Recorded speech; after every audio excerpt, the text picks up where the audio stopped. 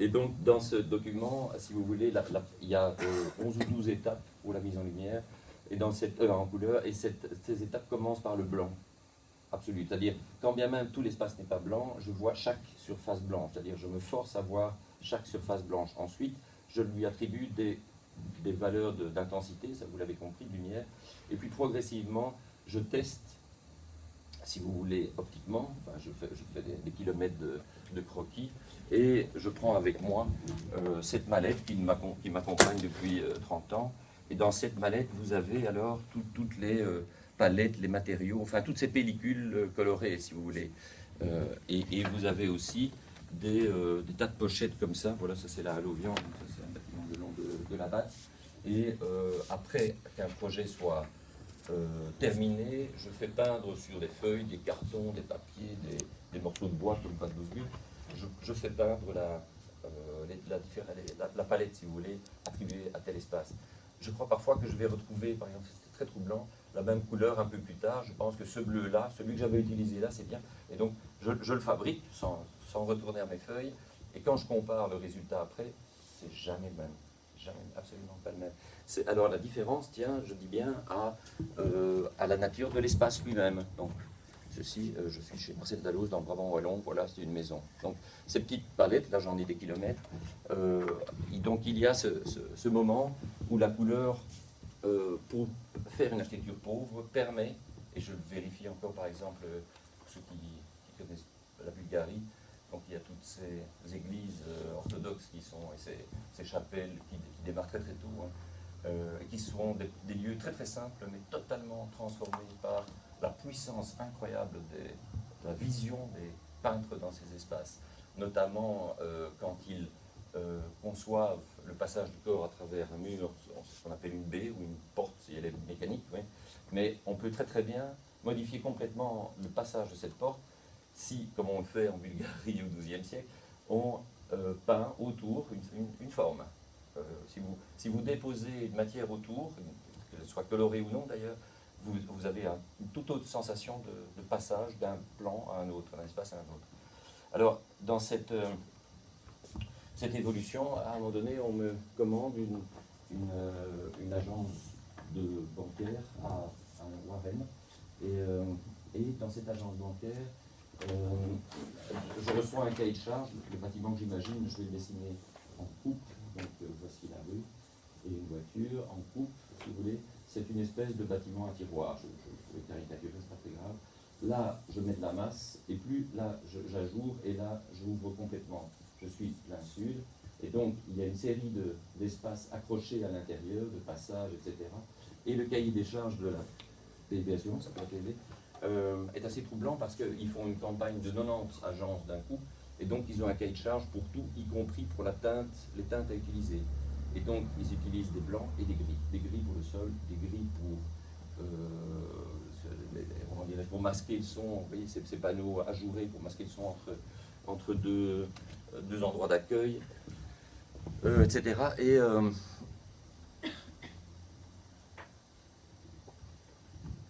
Et je me mets à réfléchir à cette pas cette non-couleur, vous voyez, il y a d'autres couleurs que j'utilise aussi, mais à pourquoi le gris? Donc je creuse, j'essaie de comprendre pourquoi le gris, je vais voir les autres agences, je crois percevoir, parce que le gris n'est pas une couleur, n'est pas du noir, n'est pas du blanc. Donc, en gros, le gris est ce qui reste quand vous avez éliminé toute aspérité, commercialement parlant, et donc c'est une non-définition, si vous voulez, telle que je perçois, telle que je vois les espaces. Donc je vais introduire des matières, c'est vrai, un bois comme écran entre les différentes parties de travail, mais surtout je vais revenir avec des éléments de couleur. Seulement à un moment donné, je bute en bout de front de cuisse, si vous voulez, de zone d'accueil. Il y a un escalier qui me permet d'aller sur le plateau supérieur et ensuite de monter, de faire une passerelle, enfin d'aller à l'intérieur du bâtiment. Et derrière, j'ai dessiné un meuble et j'hésite tout le temps sur ce meuble. On voudrait que j'essaye des couleurs, enfin, optiquement, je prends mes palettes, enfin, je ne lance absolument pas. Sauf à un moment, et ça je n'y attendais pas, et ça me permet de développer tout de suite la suite, c'est que ce meuble qui est très grand, on l'a dessiné en bois à peindre, à un moment donné, je me dis, et ici je mets le noir, absolu. Voilà, je mets un noir sur cette énorme surface. Et donc, j'amène des bandes de papier de l'atelier, je colle sur le meuble cette bande de noir, et tout d'un coup, je donne de la valeur au gris. Donc, ce que je n'arrivais pas par le clair, je l'ai par l'ombre. Je mets de l'ombre, et tout d'un coup, le gris devient généreux. Il commence à pouvoir échanger grâce à cette masse de noir qui bloque l'espace. Vous sentez le regard qui vient buter dessus, et il absorbe comme on le sait en optique, quoi. Et à partir de là, progressivement, et ça va se faire assez rapidement, en moins d'un an, je vais passer à un projet qui est une maison à Uccle, pour Aline Francfort. Et là, je vais changer complètement mon optique, si je peux parler comme ça, qui est de faire en sorte que je me débarrasse de la couleur. Voilà.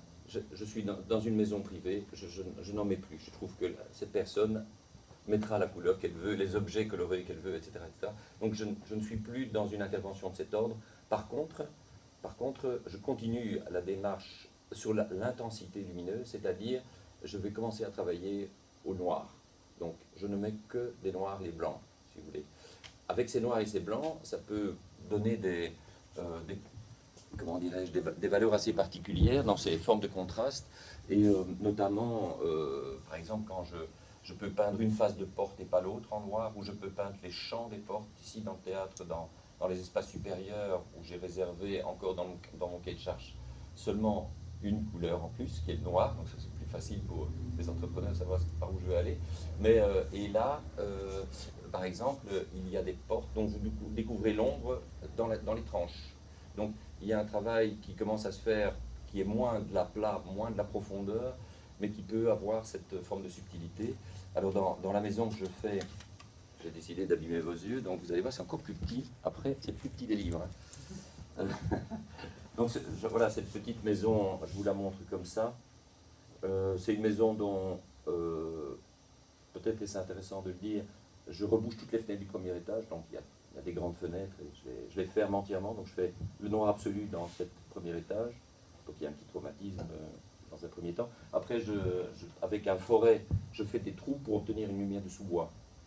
Vous voyez ces passages de lumière, c'est la zone de chambre, c'est la salle de bain, et donc il y a une lumière de sous-bois au premier étage, et j'installe, je vous le montre en dessin, j'installe alors un dispositif spatial un peu particulier dans cet espace. Donc on est dans un plan classique, l'escalier était là, je le démonte et je le construis à l'extérieur, donc on monte au premier étage, on continue à monter, on arrive au second. Je suis au premier étage, là, le lit est là, pour faire simple, la baignoire est là. Voilà. Et j'installe ici deux portes, comme des portes de château. Donc elles sont simplement articulées au centre sur une bille. Et donc ces deux très grands éléments peuvent fermer l'espace, peuvent créer aussi des motifs en parallèle. Donc ce thème-là, si vous voulez, les portes peuvent se trouver parallèles. Elles peuvent venir buter l'une sur un mur, l'autre sur... Donc par exemple, cette porte-ci, elle sert soit à entrer vers la salle de bain, okay, je pivote là, je suis parti, je viens buter là, la baie est là, je rentre alors vers la chambre. Ouais. Donc ce sont des portes qui permettent de moduler l'espace très fort, et sur une face de... voilà. Et sur une face de cette porte, je fais un monochrome complet, donc une mise au noir complet. L'autre face de cette mise au noir est un miroir complet. Donc vous avez un sentiment d'espace qui change tout le temps. C'est très compliqué de se repérer dans ce lieu, parce que tout le temps vous avez cette modification qui se fait. Donc je dois aller vite, donc je suis déjà à cette idée que la couleur vient de m'échapper progressivement, si je peux dire, ou je l'ai un peu mis de côté. Et ensuite, peut-être que il me reste 2 points majeurs, je crois que j'ai 30 minutes, hein, c'est quelque chose comme ça. Hein. Oui, c'est ça? Oui, c'est ça. Ok, après on m'assomme. Alors, mais le point suivant, c'est on est ici à Namur, et là, c'est également une agence bancaire, cette fois-ci c'est pour la Dexia, et ce bâtiment qui a servi des années comme conciergerie, on me demande de le transformer en agence. Mon idée, c'est de garder une seule chose que vous ne voyez pas, c'est les caves, parce que c'est les coffres, Mais en gros, j'étudie dans ce projet, si vous voulez, le fait qu'aujourd'hui, vous avez un front office, un endroit où vous allez vous-même chercher l'argent en banque contact, c'est très petit en fait. Ce qu'on a nous besoin, c'est de pouvoir garer sa bagnole très vite. Donc c'est pour ça que ils prennent ce type d'artère. Donc d'ailleurs tout le monde se gare au centre, le boulevard, c'est à Bouge, c'est l'entrée de Namur. Ouais. Et puis après, vous devez avoir le service de banque contact dans un espace qui n'a pas besoin d'avoir un haut plafond, etc. Et d'autre part, vous avez des bureaux d'accueil. Donc le système de guichet a entièrement disparu dans la configuration ici. C'est la première agence en Belgique, Dexia à l'époque, pour faire ce type de procédé. Et donc l'idée vient que, puisque j'ai pas beaucoup besoin de place là, mais par contre les bureaux ont besoin d'avoir pas mal de place, j'imagine un trapèze, si vous voulez. Donc ça c'est la zone, ça c'est les voitures, ça c'est la zone d'accès banque contact, et ceci c'est un ensemble de bureaux. Alors je redessine un trapèze, ok. Cette fois-ci c'est la coupe, donc ça c'est la rue avec les voitures, ça c'est une personne, voilà. Et donc ça c'est le front office, enfin c'est l'endroit où vous venez chercher vous venez acheter votre argent. Et alors ici derrière, vous avez les bureaux, et comme on a besoin de pas mal de bureaux, eh bien la toiture se relève et les bureaux se déposent sur 3 plateaux. Aussi parce que ce type de rue, qui a un intérêt très moyen dans sa configuration, se passe souvent sur le modèle d'une rue village, si vous voulez. Et donc à l'arrière, vous avez les épis de maïs, les champs à perte de vue. Enfin, c'est absolument magnifique. Donc les bureaux ici s'ouvrent complètement. Cette image-là, si je fais ça par exemple, vous allez comprendre ce que je veux dire. Si je fais ça, ok, je viens de faire un appareil photo. Et donc, je vais à l'intérieur de ce motif, si vous voulez, je vais fabriquer des optiques. Ok. Très rapidement, je crois que je vais le faire moi-même, ce coup-là. Oh, j'ai perdu la manette. Donc ça va être à vous. Allez-y, je vous en prie. Donc, vous voyez les croquis, ça c'est le programme, on passe. Ça c'est les croquis qui amènent à ce dispositif, salle, hall, bureau. Ça c'est la forme générale. Ça c'est des croquis extérieurs, voilà, pour essayer de comprendre cette mécanique du volume. Et ça c'est l'espace intérieur, un petit arrêt une seconde. Là, arrivé à cet endroit, on est occupé de travailler à l'atelier, il va être 18h, on se dit tout d'un coup, en travaillant sur les différents plans vitrés, donc sur l'optique elle-même, peut-être n'avons-nous pas, nous, architectes, toutes les compétences pour imaginer, pour développer un imaginaire autour de cette optique. Et donc j'ai vu peu de temps avant une petite vignette dans un Armel, donc dans une revue de la communauté française sur le développement de l'art en Belgique. J'ai vu une petite vignette d'un artiste qui s'appelle Pierre Toby, qui n'avait plus peint depuis 10 ans et qui a fait une petite exposition à Namur. Je crois que ce que je vois de son travail, c'est la taille d'un timbre-poste dans le bouquin. Mais je suis convaincu que ce type fait un boulot formidable. Je ne sais pas comment, mais... Alors, je demande à ma secrétaire Céline de chercher, là on est déjà dans son atelier, de chercher son adresse. Et puis, 10 minutes plus tard, je l'ai en ligne, il a une caisse de Colreuil qui me dit pouvez-vous me rappeler dans 5 minutes 5 minutes après, je l'appelle. Le lendemain, je suis dans son atelier et nous voilà partis à réfléchir sur... Je sais pas, moi je passe un clic. À réfléchir sur... nous voilà à réfléchir sur, vous voyez la coupe là, hein, sur cet espace et sur ces différents plans. Donc lui va investiguer, c'est un artiste qui travaille sur verre, donc il peint à l'arrière de verre, si vous voulez, oui. Et bon, son imaginaire est beaucoup plus loin aujourd'hui, mais on n'aura pas le temps de travailler sur tout ce qu'on fait avec lui. Il y a énormément de projets qu'on fait avec lui. Et donc, tout mon travail sera d'abord d'introduire un artiste dans le jeu Dexia, en fait, parce que c'est très compliqué. Parce que Dexia a une cellule d'achat, et ils disent, nous, on a nos spécialistes pour l'achat, ne venez pas nous encombrer avec ça, en gros. Hein. Le type qui sert d'interface, l'architecte qui sert d'interface, l'architecte d'opération Dexia, me dit, j'ai essayé 17 fois, ce type épris d'art, 17 fois, on m'a dit non. Alors, je lui propose non pas de faire un travail avec un artiste intégré, mais de faire un bon de commande pour un décorateur. Un peu comme si vous faisiez un bon de commande pour un photocopieur, ou de quoi avons-nous besoin, oui. Le bon de commande passe, et Pierre Toby fait son travail artistique. Alors, ici, vous voyez qu'il commence à fabriquer, à placer des plans, et donc il va, image suivante, ici, je lui demande de travailler sur les verres, enfin, je lui propose de travailler sur les verres, bien sûr, il n'exige pas ça, mais par contre, j'induis fortement qu'il travaille sur l'optique, ça vous aurez compris, et donc son premier travail, bien sûr, c'était tout à fait ailleurs, là, il travaille sur les plafonds, donc typique du travail avec les artistes, ça ne va jamais à l'endroit où on croit. Ensuite, ici, il travaille sur des peintures grattées parce qu'il veut troubler le regard. Document suivant. Là, on voit qu'il commence à définir des palettes. Il se fabrique une maquette de grande taille pour essayer d'appréhender ça. Je vous montre très rapidement le travail de conception comme ça. Voilà les différents profils de cette maquette. Voilà le résultat du bâtiment fini. Vous comprenez la partie arrière vers le paysage. Il travaille avec nous sur les articulations, le choix d'un vitrage pourri de salle de bain, mais que nous on adore.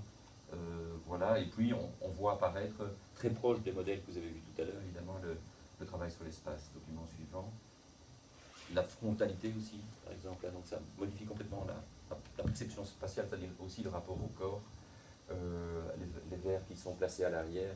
Il y a énormément de subtilité sur le retournement du verre. Un autre travail, cette fois-ci on fabrique un dépôt des œuvres d'art à Mons, donc c'est 5000 œuvres pour la communauté française, pardon, et dans une ancienne école. Et je travaille avec un artiste qui s'appelle Jean Glibert, pour lequel je vous recommande plus que chaudement le travail qu'il fait ici à Liège, à la, comment dirais-je, les rues Vive-Nice, chez Laurent Jacob, 251 euros, voilà, merci. Et donc, travail qui est encore là 15 jours, c'est exceptionnel, absolument exceptionnel, comment à voir.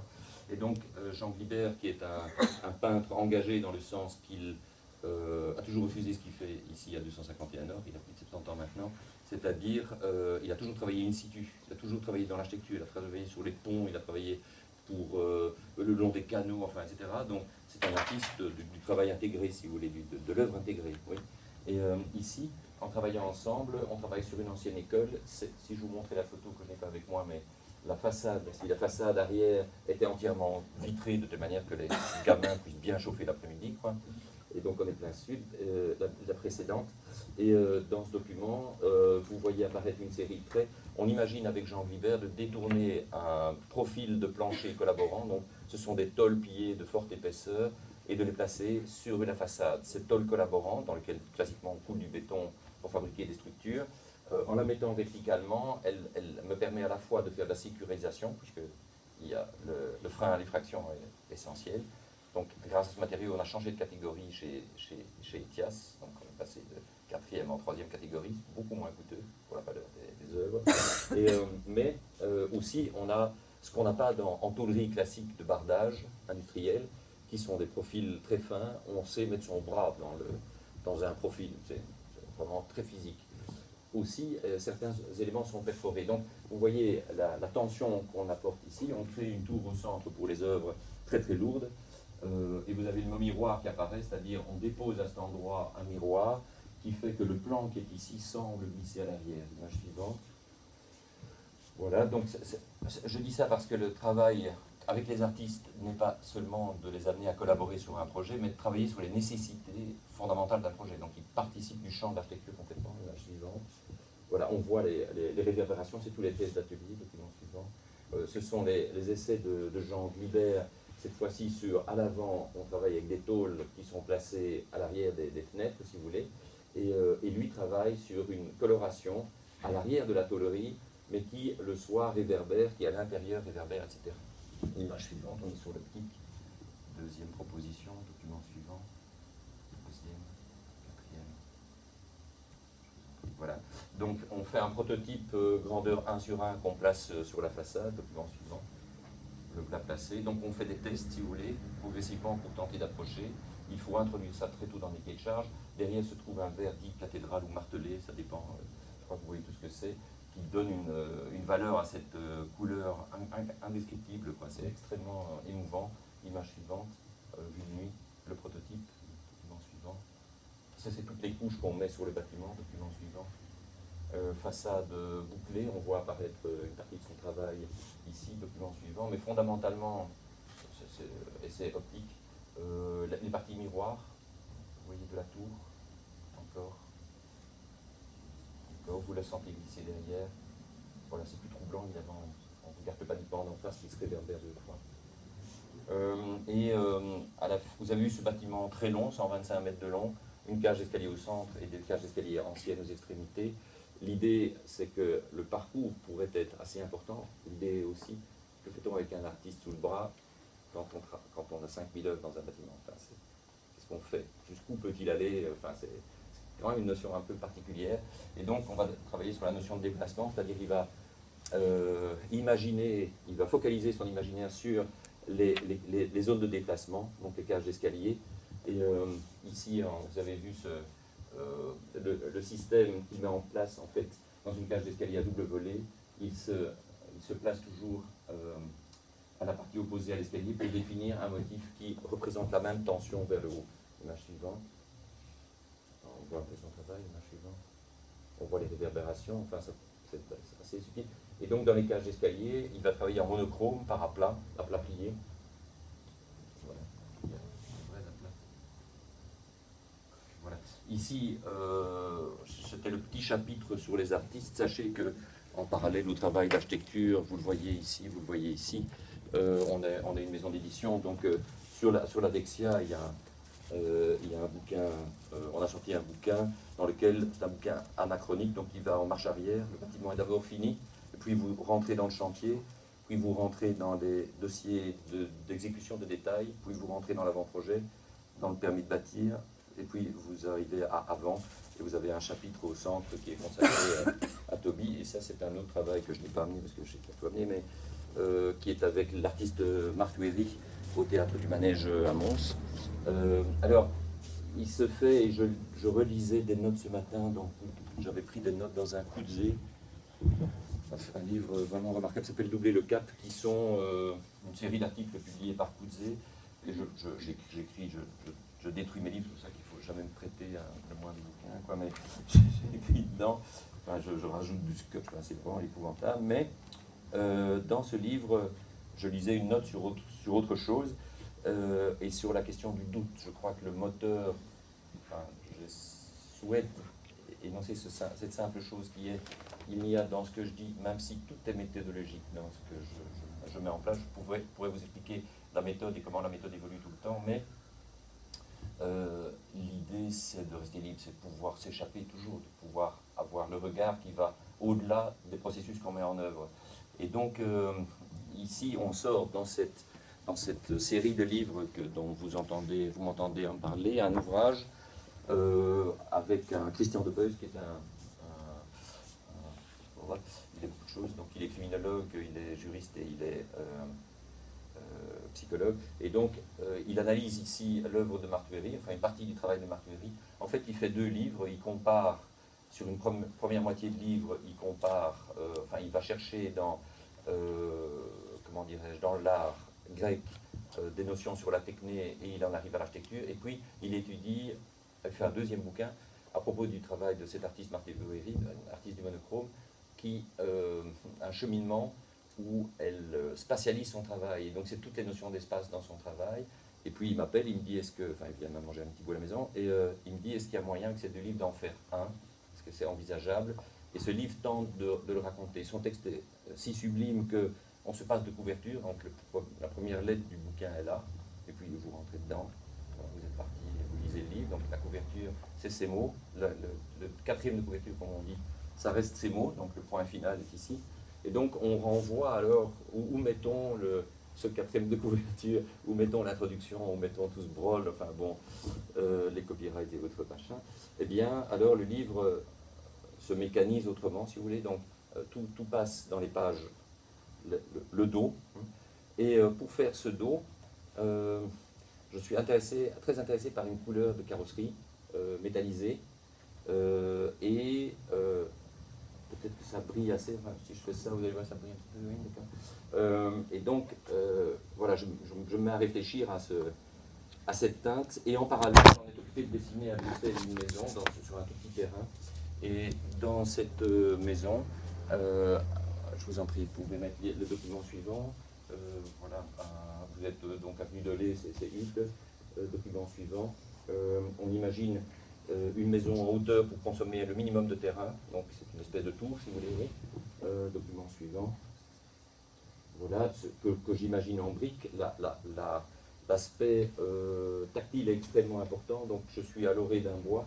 Donc voilà, en gros, un garage avec un chemin, une servitude pour le voisin, des chambres, living, chambre parentale et bureau, je vais dire, et cuisine dans l'angle latéral. On utilise un matériau très particulier qui est, enfin qui n'est pas particulier du tout, qu'est-ce que je dis, c'est de la brique. Donc on utilise une brique pourrie, non mais vraiment moche, c'est-à-dire elle est surcuite, elle est faite en flanc par un petit artisan, donc elle est pliée, elle surchauffe tellement au centre du foyer sous la flamme qu'elle éclate un peu, c'est-à-dire elle forme des espèces de nids d'abeilles noirâtres comme ça, okay, et elle est un peu pliée. Okay. Et donc, mais seulement quand on la maçonne, on propose, enfin on fait des tests à l'atelier, 2 minutes, on dit 2 minutes, et on écrase les courjoints. Les courjoints, c'est des joints verticaux, oui. Ok, on écrase les courjoints, et alors que le maçon maçonne, tape avec sa petite palette, le joint bave comme, je ne sais pas ce que vous avez eu au déjeuner, vous voyez ce type voilà, de gâteau où la crème se... Voilà. Ok, et donc ça s'appelle joint baveux, donc c'est autant en parler tout de suite. Et ça donne une texture absolument incroyable qui, dans le temps, prendra les poussières, etc., et permettra la végétalisation également accélérée. Et le document suivant, tous les châssis sont mis à fleur. Ça, c'est des détails pour des micro-fenêtres mécaniques qui n'existaient pas sur le marché. Des détails, document suivant, j'ai fourré un peu dedans, je vous en prie. On sent bien cette matière hein, qui apparaît très fort et la tension entre les verres et ça. Document suivant. Dans cette maison particulière, document suivant, il y a, merci, il y a aussi la volonté que la lumière puisse rentrer. Vous êtes dans un bois, il y a des grands arbres autour. Et donc, je me mets à réfléchir à certaines baies où je peindrais bien le pourtour des baies, si vous voulez. C'est comme si vous aviez un... Je vous ai vu que je mets les châssiers à l'extérieur, oui, complètement à fleur extérieure. Ce qui veut dire que les tablettes sont très grandes à l'intérieur. Et c'est de peindre tablette pied droit, qu'on appelle ça linteau, uniquement la pellicule. Chaque couleur serait mise dans un plan, donc pas de volume, pas de retournement. Document suivant. Et pour ce faire, je reviens à mon livre et je me dis, au fond, peut-être que c'est ça qu'il faut faire. Et donc j'utilise une peinture de carrosserie, document suivant. Là, on fait des pas en bas. Donc voilà, cette peinture de carrosserie, elle est pas encore. Je vais améliorer ce que je veux dire. On est des passages d'espace, voilà. Cette porte, par exemple, une pellicule de cette porte est complètement... C'est une couleur moche, hein, c'est champagne, comme on était sous l'aluminium des années 50, l'architecture des années 50. Mais comme vous avez un lanterneau au-dessus, vous avez une diffusion de lumière et surtout une modification, ce qu'on n'a pas autrement qu'en mettant des supports aluminisés. On va finir là. Et j'ai quasi fini, support aluminisé, donc vous avez un changement d'intensité, si vous voulez. Donc à un certain moment donné, vous voyez cette porte blanche, à d'autres absolument noire. Et selon que vous circulez dans l'espace et que votre champ de vision a la lumière à l'arrière ou à l'avant, ça change complètement. Et vous voyez que je le mets aussi sur des éléments mobiles. Ceci, c'est une porte qui permet de fermer un espace, mais aussi d'ouvrir vers un dressing. Voilà, il y a cette mobilité qu'on introduit. Alors, si vous allez au bout,